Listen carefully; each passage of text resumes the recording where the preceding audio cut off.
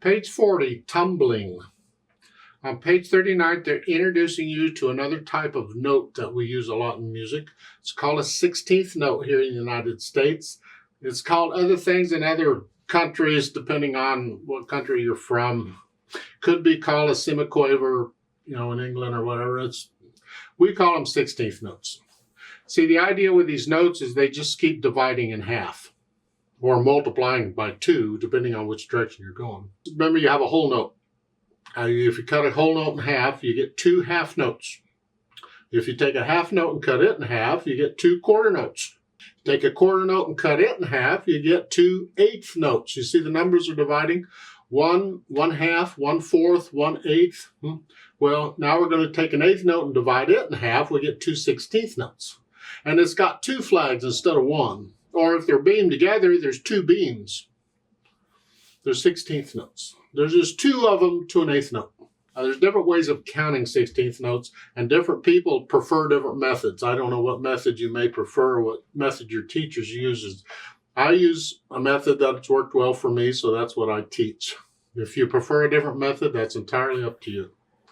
But for me, in counting, whatever gets the beat gets the number. So far, it's just quarter notes getting a beat. So the quarter note gets the number. 1, 2, let's take 4 times. 1, 2, 3, those are quarter notes. Well, then the eighth notes, I put an and in between each number. 1 and 2 and 3 and. Those would be eighth notes. 1 and 2 and 3. Okay. Well, with 16th notes, I put an E and an in there. And I do 1 E and That's 4 of them. 1 E and a 2 E and a 3 E and a 4. Hey, 1 E and a 2 E. Those are 16th notes. 1 E, they move pretty well.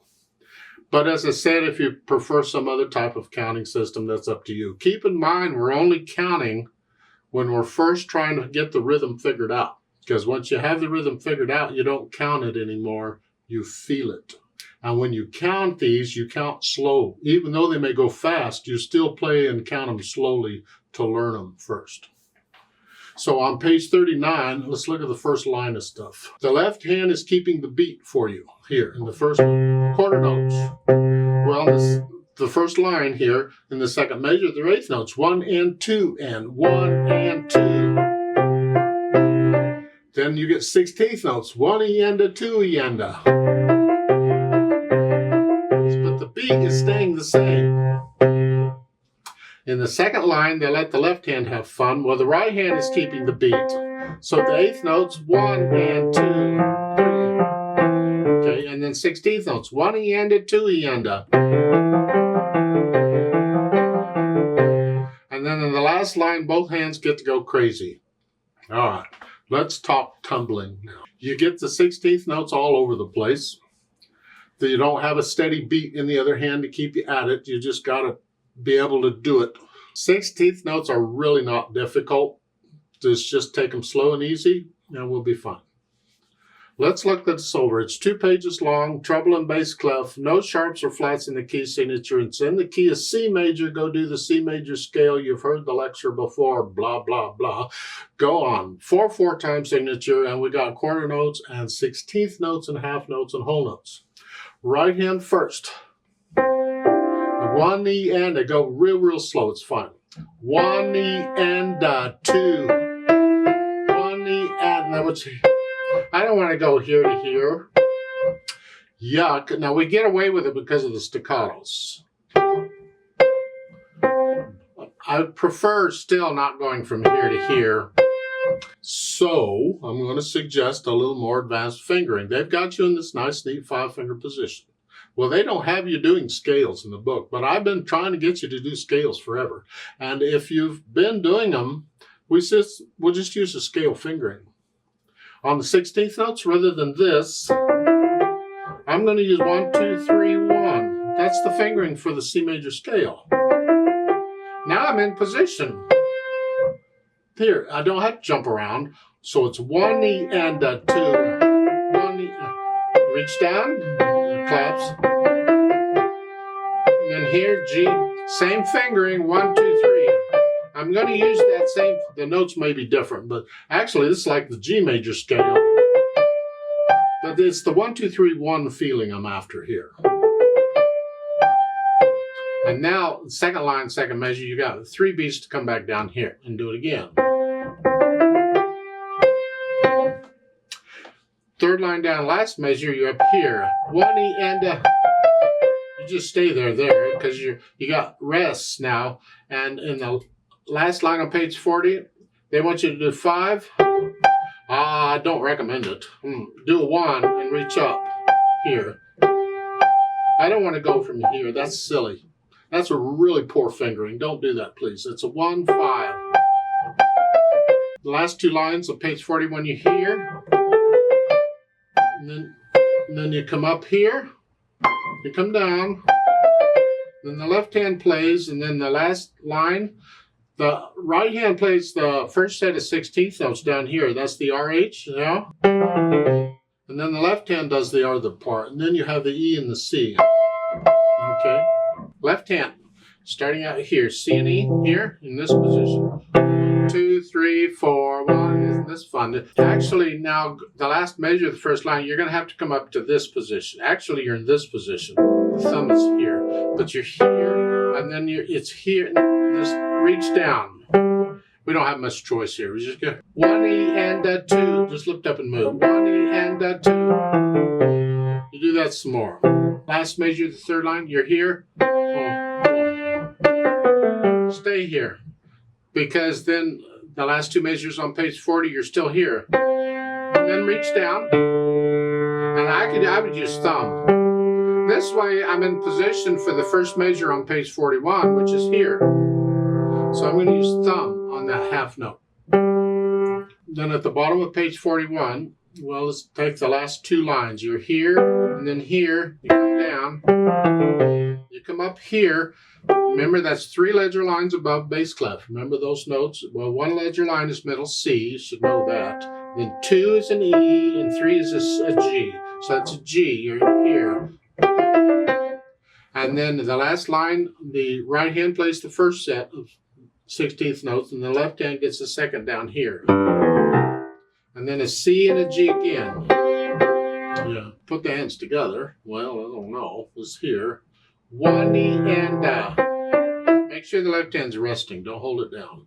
1 E and 1 E and E and 1 E and 2 E and 4 E and 1 E and that's basically the piece. You can work out the moving around and all that. Yeah, you put the hands together and then go back over the tricky spots and work out the hesitations. Because when you're moving around like this, you got to look down at the keyboard to see where you're going. But you got to be looking at the music to see what's coming. So you're only looking down at the keyboard long enough to see where you're going, and then your eyes need to be back on the music.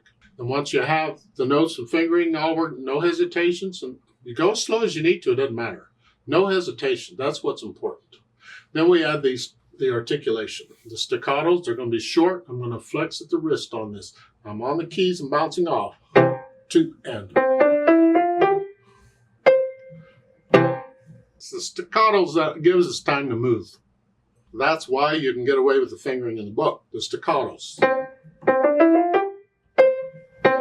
But I think it's a poor fingering. I don't want to be moving my hand around anymore, and I have to. And I don't want to be doing 5-5. No. So I'm recommending the scale fingering I suggested. Now, once you have the articulation down okay, then we think about the dynamics.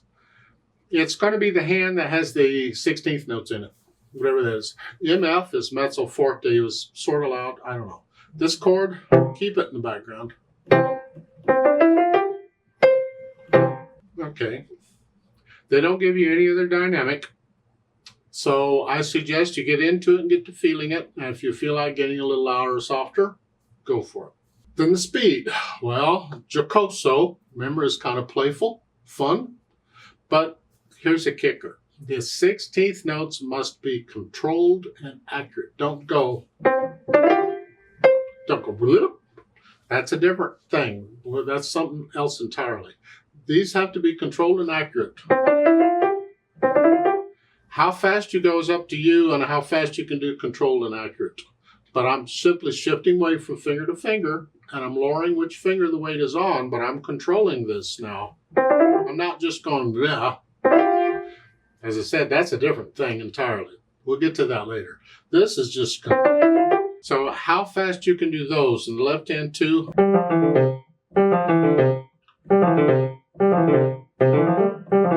How fast you can do those controlled, and that's how fast you can do it.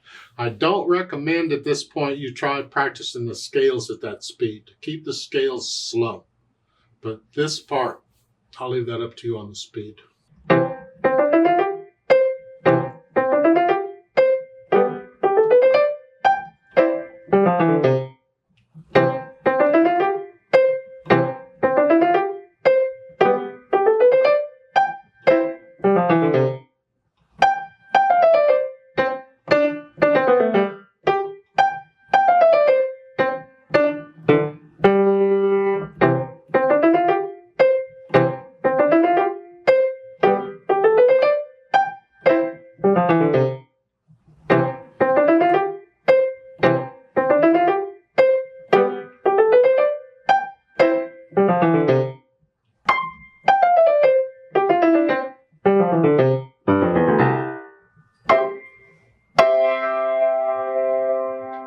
Remember the natural accents. 1, 2, 3, 4. 1, 2. 1, 2, 3, 4.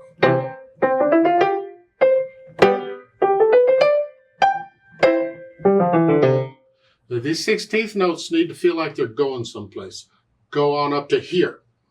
And that note, the quarter note then, actually gets a natural accent. So it sounds more like that. Going up here. And all of them need to feel that way. They need to go lead them into. Otherwise, they're just notes. They do nothing. So feel this 1, 2, 3, 4 on this. Now, when you go slow, and just because of the 16th notes, then these quarter notes and half notes and all seem to want to last forever. And you'll have a tendency to want to speed it up. In order to prevent that, I recommend that you divide the beat in the counting all the way through. Either do eighth notes, 1 and 2, and this will help to keep you slow. If you have to, do the 16th notes, 1E and 2E and to stay slow. Because if you just go 1, 2, you're going to speed that up. You'll just naturally do it. So you can subdivide the counting to help you control the speed when you need to. Let's play this together very slowly, super slow because of the 16th notes. And just make sure that we got all the notes and rhythms and all. I'll give us 4 counts. 1, 2, ready and go. We and 1E and 2, 2, 4E and 1E and 2. And 4E and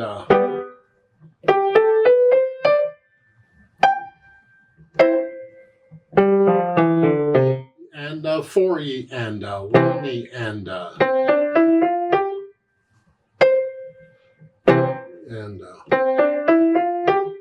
and 1E and 4E and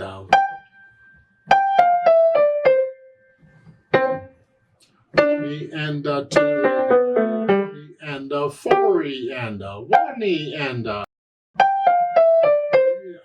4E and 1 and 2 and 3 and 4 and 1E and 2.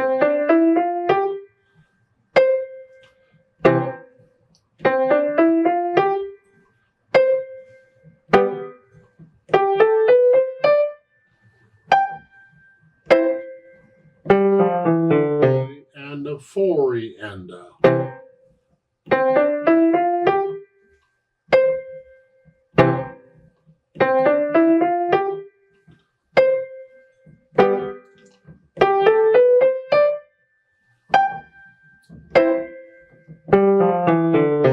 and 4E and 1E and and